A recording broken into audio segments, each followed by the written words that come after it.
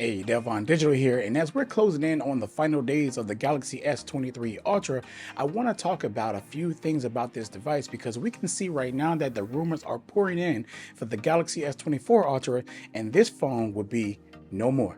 As we know, tech really moves fast throughout the years, and if you're on the old device, then it's considered to be an old device. But I know for some of you, the Galaxy S23 Ultra will still be your main phone after the Galaxy S24 Ultra drops. And that's understandable because some of you are still on the Galaxy S22 Ultra or the Galaxy S21 Ultra because your phone still works, it hasn't clunked out, and you don't really care about upgrading, or you can't afford to upgrade at the moment. And all of those reasons are understandable. So we're just here to talk about the Galaxy S23 Ultra moving forward. I just want to talk about how I charge my devices. I like using a Ugreen 100-watt power brick. It's one of my favorite power bricks to charge all of my devices at the exact same time, and it charges them really fast at full power, which is incredible. So I charge my laptop, my tablet, my phone, my buds, or anything that I have, my Switch, anything with Type-C, it works very well with. So if you're interested in buying this brick, make sure you hit that link in the description, and I promise you, you will enjoy it, because who doesn't like charging all their devices using one power brick? Now I want to say, if you have this phone right now, even when the 24 comes out, this phone is future proof. This phone is speedy, it has great cameras, it has great battery, it's a great, lovely design that's subjective to a lot of people, but I really enjoy everything about this phone when I'm using this phone. And I say that it's a really good phone if you decide to keep it, because there's really nothing really corely wrong with this device, and will force you to want to upgrade to the 24. But most of us are tech people, and we enjoy actually upgrading to the newest phone, and that's how we shift. But the average consumer don't shift like we do. They normally keep a phone. Some of you in my comments on the Galaxy S23 Ultra now, in my last videos, you're talking about the Galaxy S22 Ultra, that you're still enjoying it, which is not an issue, because that phone, just like this phone, I enjoyed it so much. It's a really great device.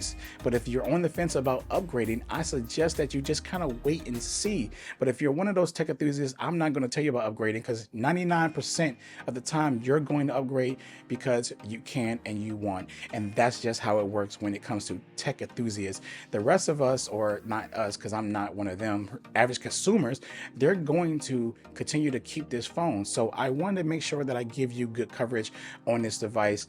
I don't want to leave it behind, because it will get left behind according to the tech community.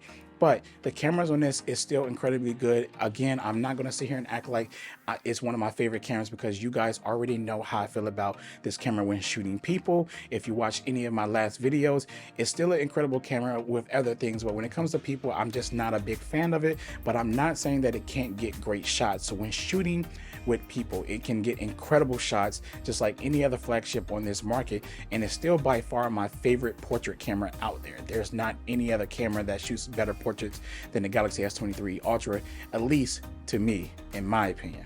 The battery has been really holding up still. I'm telling you, this Snapdragon Gen 2 is incredible, and I'm really looking forward to the main, or mostly all the great improvements that they're going to actually put in the 24 as well. So if you're getting this right now with the Snapdragon Gen 2, you are getting some bomb ass battery. Just going to say it like that.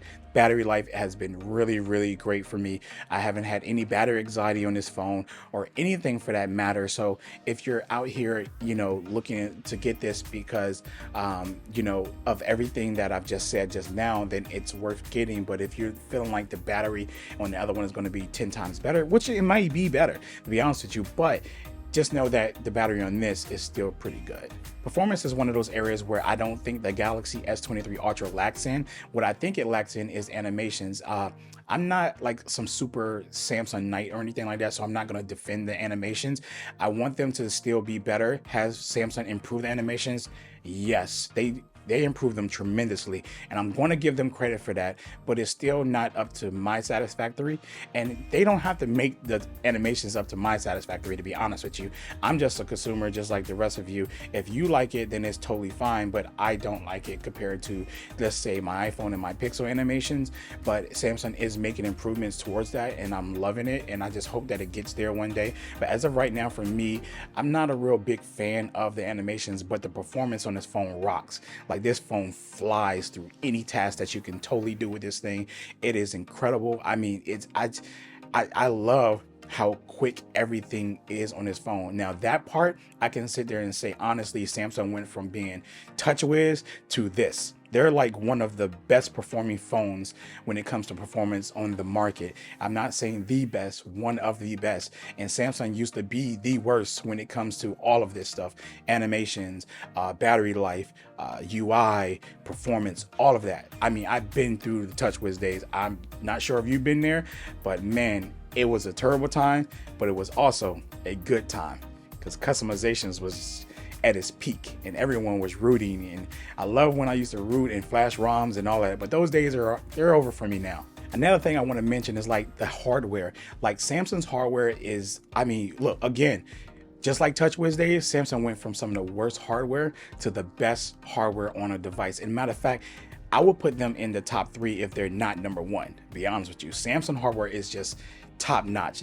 Better than my iPhone, better than my Pixel. Just their hardware is really good. And I'm only saying this because I live in the US and these are only the options that we really have today in the US.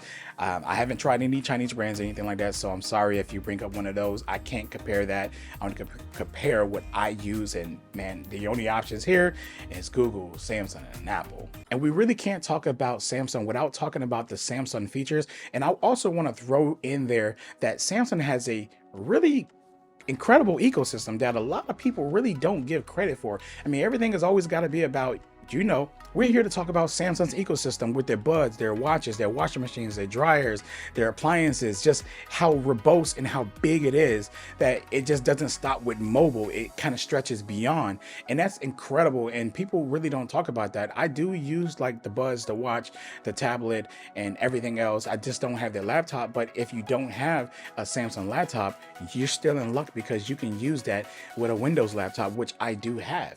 So with that being said, Samsung's ecosystem is really good, and I really love the features and stuff and how everything kind of syncs together and stuff like that.